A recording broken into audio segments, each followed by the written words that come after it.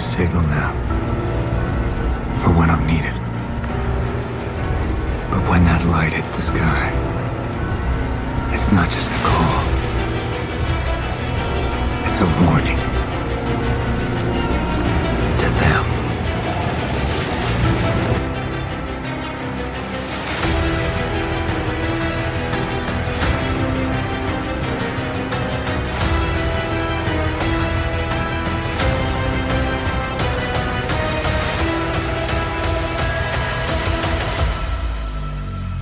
Yes, sir. Welcome to Beyond the Bat Signal. I'm your host, Don Nikanika, and join me as we dive into the depths of Batman's lore, dissecting the Rogues Gallery, and uncovering the stories of our iconic vigilante known as the Dark Knight. Thank you very much for tuning into today's episode. Before we get into the nitty-gritty of Hush 2, the Batman 160 issue, just asking each of you, first and foremost, if you don't mind rating and reviewing the show, as honestly it really does go a long way for helping support the show, as it really does get the show out there and spreads the word. Number 2, and this is probably the most important one, is thank you so much for tuning in and listening. There's been quite a few listeners all across the world, Europe, the United States, India. It's pretty wild. Like in Europe, I mean, Italy represent, by the way, and shout out to Peter Vera. The Netherlands is another one. Denmark, England, actually all in the UK. Pretty cool. And then the folks over in the United States and here in Canada. Thank you so much for tuning in, and for new listeners, welcome. I hope that our little short time here, you're slightly entertained.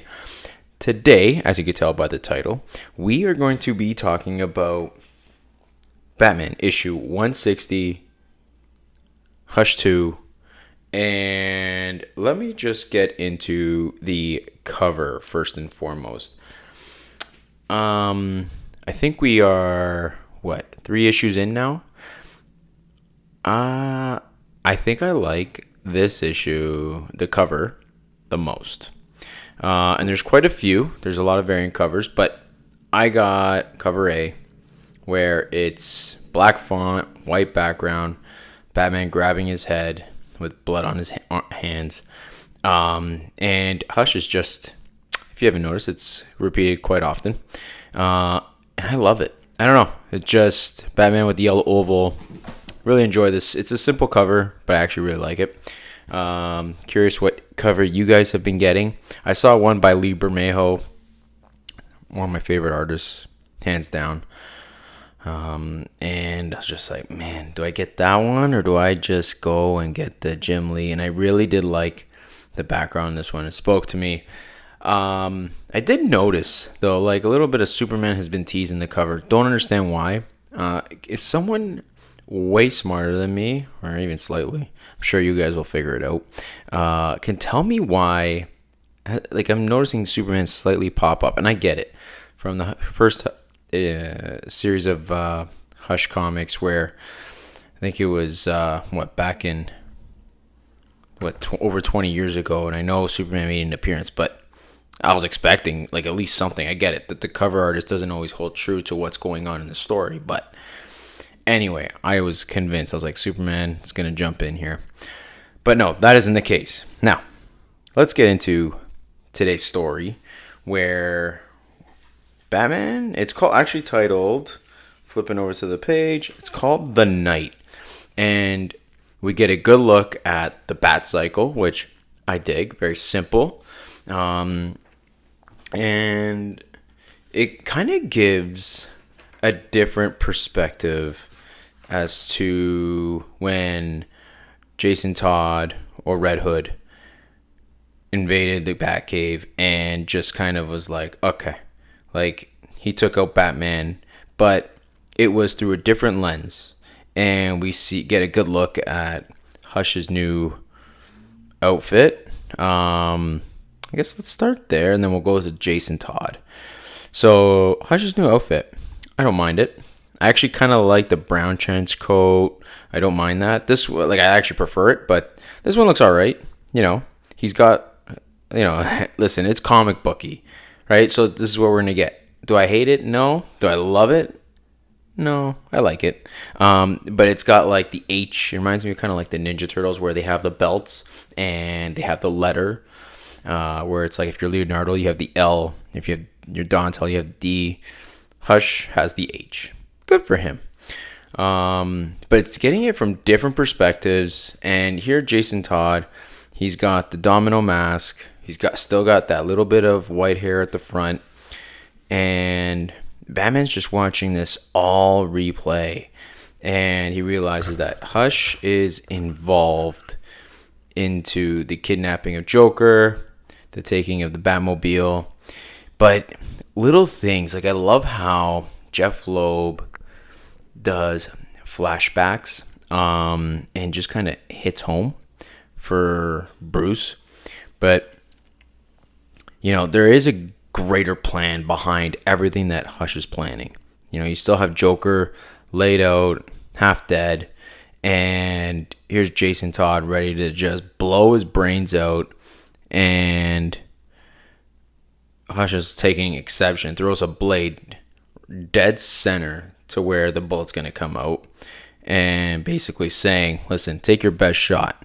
If you want to lose your hand when that pistol backfires and explodes. Because, listen, Jason Todd is just angry. He just wants revenge to take out Joker. Doesn't understand why that, Joker's still alive. And Jason, still being the hothead that he is, takes a little bit out on Hush, right? So he even whacks with Hush right in the head, and you see like a nice little blood mark coming right through the bandages. Nice little detail. Didn't mind that at all. And it just shows like how much of a loose cannon Jason Todd is. Even Batman, through his internal dialogue, just says he's made it challenging for him to listen to anyone. And just, boom, whacks Hush across the head. And I love the writing in this. And this is like elite in my opinion.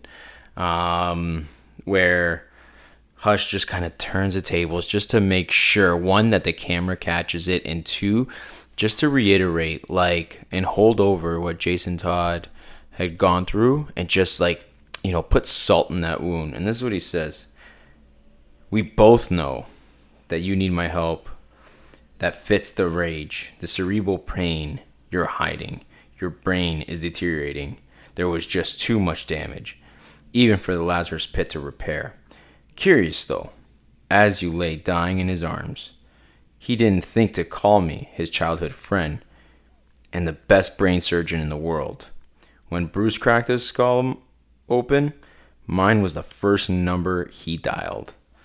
Like, beautiful. And just like, just to, and listen, Jason, he's no stupid idiot. Like, he even says, did you just do that for the surveillance cameras, or was that just last part for himself, right? Kind of makes you think. And just showing how accurate that Hush is, just throws all those blades directly at the security cameras. And then in the next page, we get a beautiful panel.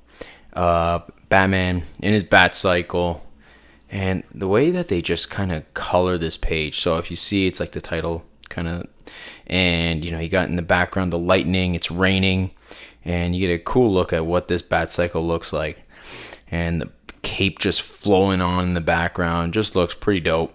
I don't know, the way like Jim Lee, whenever he draws, I mean, man, the art itself just is a showstopper. But then we get a nice little flashback as to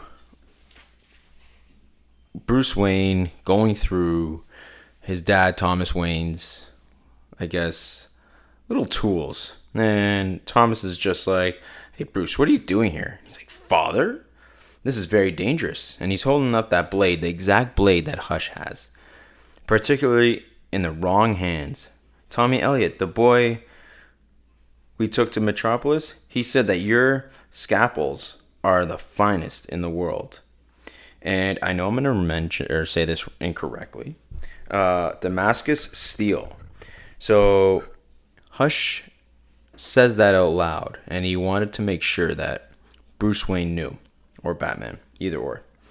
So through the internal dialogue, we get a continuation of Batman going through the streets in his bat cycle. My parents were murdered. The toy soldiers were never made.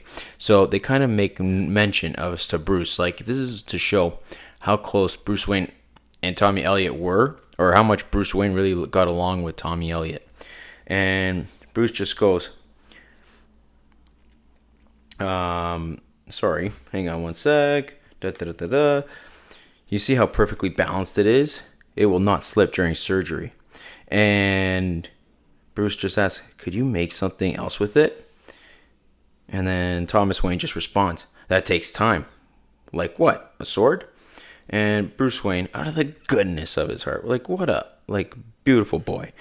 Tommy likes to play war games with these small little metal soldiers. Do you think we can make a set for his birthday? Ah, look at that. Then we get next page of Jim Gordon. Jim Gordon, good old Jim.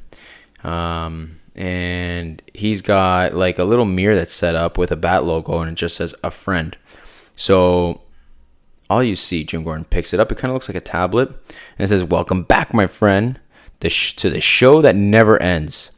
So this is quite a pickle. Let's just say you left me here to die. Croak, kick the bucket. Since, it's not like you did the deed.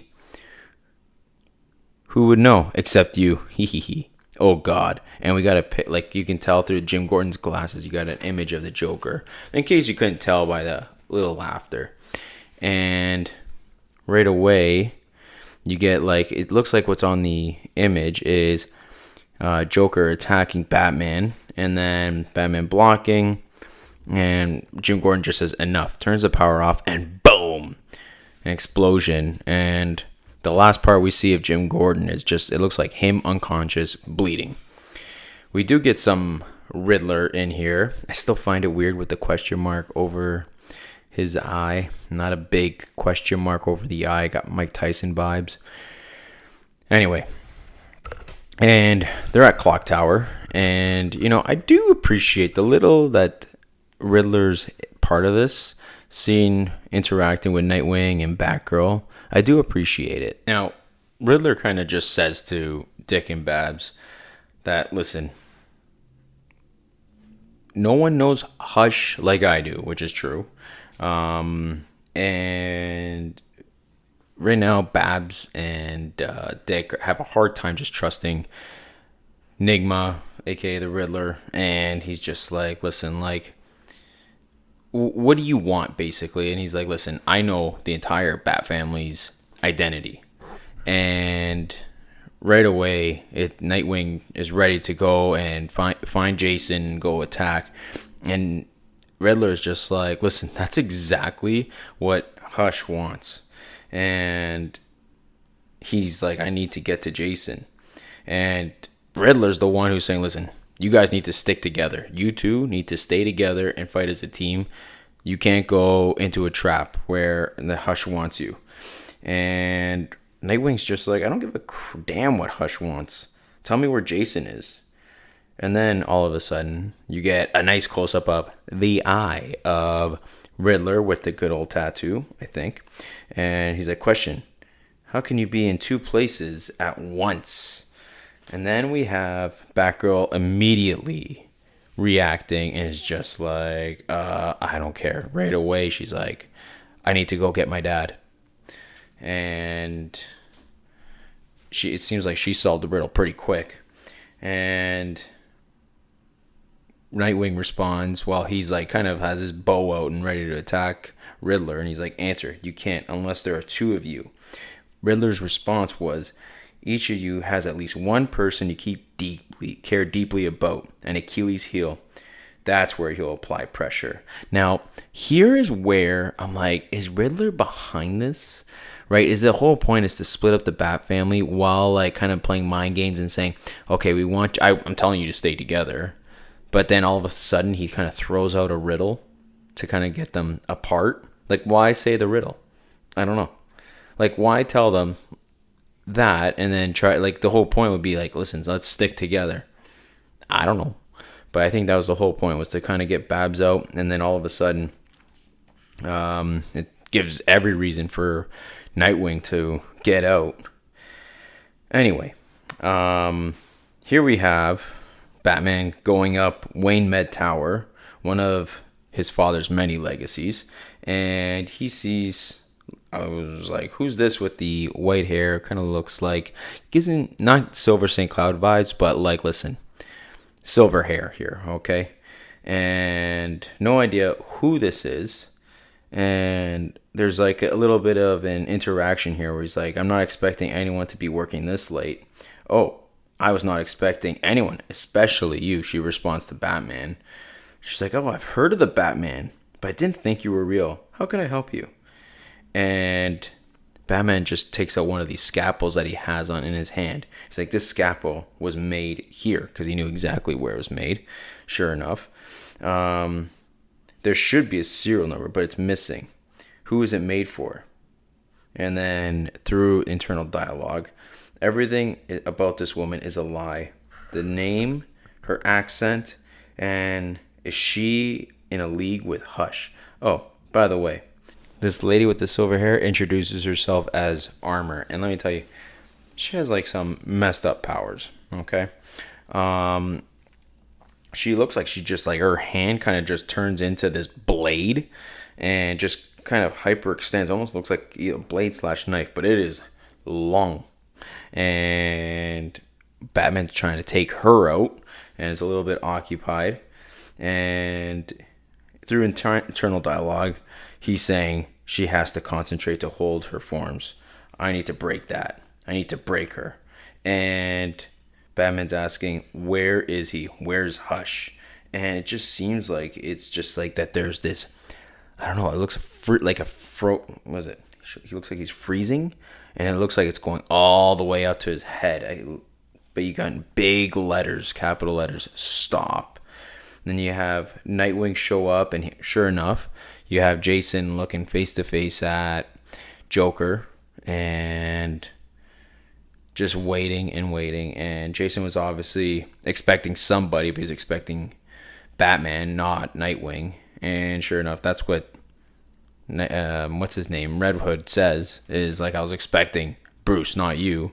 He whips out a couple of guns, and then they have like a little bit of a battle themselves. And Nightwing's just saying, like, listen, Jason, you need to come with me. And Jason Todd's response was just saying, typical, you don't get it, Dick. Bruce shot at me with a gun. And Nightwing's just like, what? I don't believe you. Kind of interesting that, you know, you have Batman in the last issue shoot a gun, but it was it's not very Batman-esque. And I feel like that's an onion peel we're going to layer back and figure out why. Because Nightwing's like, what? I don't believe you. And Red Hood's just like, I don't care. I'm not leaving. And he also says, you're not leaving either. And I don't need these, as in, like, he's holding his guns, puts them down. He's like, I don't need these to kick your ass. And, man, like, they kind of just go off. Here I am flipping the page. They get a couple of good punches in. Looks like Nightwing is. And it's pretty even. They get a good kind of nice crosses in. And then all of a sudden, you get a small little image at the bottom of the page where Joker kind of just opens up his one eye. And you already know, this is not going to be good. Nightwing just says, I'm taking you even if I have to carry you out. And boom, boom. All you hear is blam, blam. And sure enough, that's Joker. Joker's holding up two guns pointed directly at Nightwing and Red Hood. And Joker just goes, oh, I wanted to use this line for such a long time. Which one of you is faster than a speeding bullet? Yeah, that's okay. I didn't mind that. Anyway, we have basically Joker holding the gun at both these guys, dead to rights, and just saying, listen, what are you going to do? I'm kind of curious how they both get out of it, or if Joker's kind of in cahoots with Hush. I kind of doubt it. but because Joker's just unpredictable, and who knows what to expect from this guy. And like, what does Hush have to do with all of this? Like, I read reviews online about this, and I was originally going to release this episode last week. For those of you that don't know, I think I mentioned it. I was moving, and man, oh man, moving is such a stressful thing. Anyway, sorry, going on a tangent. But they got bad reviews, and I'm like, we haven't even fully completed this arc yet. Like, it's gonna have 6 issues, takes a little bit of a break, and then it comes back with an additional 6. Okay, but there is a bigger picture here, and I feel like right now what Jeff Loeb is doing excellently is just dropping breadcrumbs and getting us to want more. And it makes you think, like, what's Riddler behind all this? Why? Joker, like, he's got guns pointed to both their heads. Why? Because there was a reason. Like, Hush didn't want to kill Joker. Riddler said, he wants both you guys. Riddler was like saying to Babs, you need to stick together. And it's just kind of interesting as to, like, how he got Nightwing to go and find Jason, right? And then here you have Batman on his own, and the whole Bat family is pretty much being taken out at this moment in time, and Batman's just being beaten up, his ass is kicked. I think it's that new character out of nowhere, by the way. Like, did that lady just transform back into that character? I think his name is Silence. Anyway, we see him back, and he was from the first issue, and he was the guy who took out Joker. And Batman's just struggling. He's grabbing his head and just looks like he's holding on to his ears. He's having a difficult time, hard to think. Batman's saying his voice emits hypersonic, specifically my design. And I used them on Killer Croc when I first encountered Hush. So one of the big words that it's saying, it seems like this is what Silence is saying, is you will fall. And Batman's just getting his butt kicked. Anyway, all of a sudden, so Batman's got like a little bit of a fail-safe here, and it looks like he's just got some small little claws that come out of his, it's not brass knuckles or anything, but like nice sharp claws, and punches Silence right in the neck, and Silence doesn't even budge. He's just like looking at him like a peasant. And then in comes, first Batman gets his ass kicked, and then in comes, which is this is random to me, but I do like the drawing of this. I thought the way Bane was drawn, oh gosh, chef's kiss. Anyway, in comes Damian with Bane, the most random tandem I have ever seen. Don't get why. Like, it's like, why, Bane, why are you here? It makes no sense to me. And Batman clearly can't, because he's like, Damian with Bane? Like, what the hell are you doing here? And here's Bane going toe-to-toe with, what's his name? Oh my god. Silence. What a hard name to recall. I don't know why. And they're just duking it out. And here's Damian, Batman, Bane kind of working together. Anyway, Batman's dragging Silence out, and Batman's just like looks pissed off and is just asking Damian, what are you doing here with Bane? Damian's response was, helping you, duh. And he's just through internal dialogue, Bruce is starting to think, well, has Hush gotten to Damian? Like, now he's starting to get a little paranoid, it seems like. So Batman's just saying, I don't need your help. Bane, do not let him speak. Because it seems like if he opens his mouth, it will pierce all their hearing, and it just takes them out cold. Clearly, Batman is worn out just through the speaking and the fighting. Anyway, and then you have Hush that has Damian with, of course, one of the blades pointed directly to his neck. And the plan all along was to get all the Robins in jeopardy. And what does Hush say? It's a shame you can't be in two places at once. You have other knights in jeopardy. Any way you play this, Bruce, 3 Robins die tonight. And to be continued. So, here's what I'm thinking. Kind of curious about your feedback on that one. Is you have Riddler forcing Babs to go one way. You have Nightwing forced to go another way to find the other Robin, aka Jason Todd.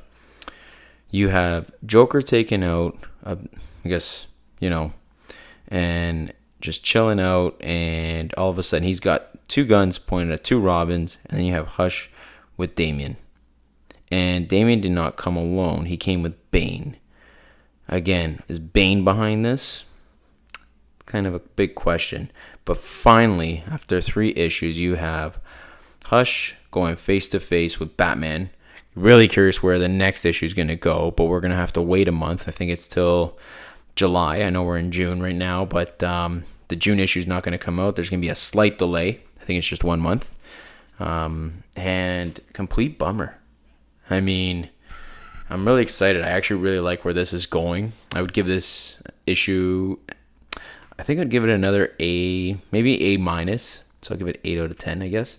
I really did enjoy it. Jim Lee, just the way this guy draws and just illustrates Batman, and like the guy's a perfectionist, and it clearly shows. The coloring is done fantastically. Only caveat, Riddler, not big on the design, but heck man, are we gonna constantly get the same Riddler design over and over again? No. So if it's reimagined, fine, so be it. I actually did not mind Hush's new look. I do prefer the old one. Maybe this will grow on me. I'm not sure. Who knows? The whole Jason Todd look, yeah, it's good. It's fine. But, the whole story is slowly building up to something new. I really do like the whole silence angle. And this guy's got unique powers where if he talks, he just completely takes everyone out. And, through words, you feel it on the page where Batman's just like the pain that Batman's feeling. Something as simple as stop, you will fall, and Batman's just crumbling to his knees. The guy looks like one tough dude, but the final shot of Hush having a blade directly at Damian's neck, and you're just like, what the hell is he gonna do? Who's gonna hop in here? Really curious where this all goes. Overall I did like the issue. I'm trying to look at my favorite panel here, and kind of it's hard to choose with Jim Lee. Overall, I would say probably my favorite is Batman on the Bat-Cycle, and you got rain pouring, you got the lightning striking in the background. It's pretty cool. You got the huge cape, and just, I don't know, something about it looks pretty sweet. I think that would probably be my favorite panel. Another good one is Bane and Damian just breaking through glass and just coming in to save the day. Looks pretty sweet. Again, love the way they're both drawn, and this is excellent. This is A+ work from Jim Lee, and really digging it. I'm really curious what you guys think though, with this book and where it's going. It's 3 issues. Listen, this is set up to be something bigger.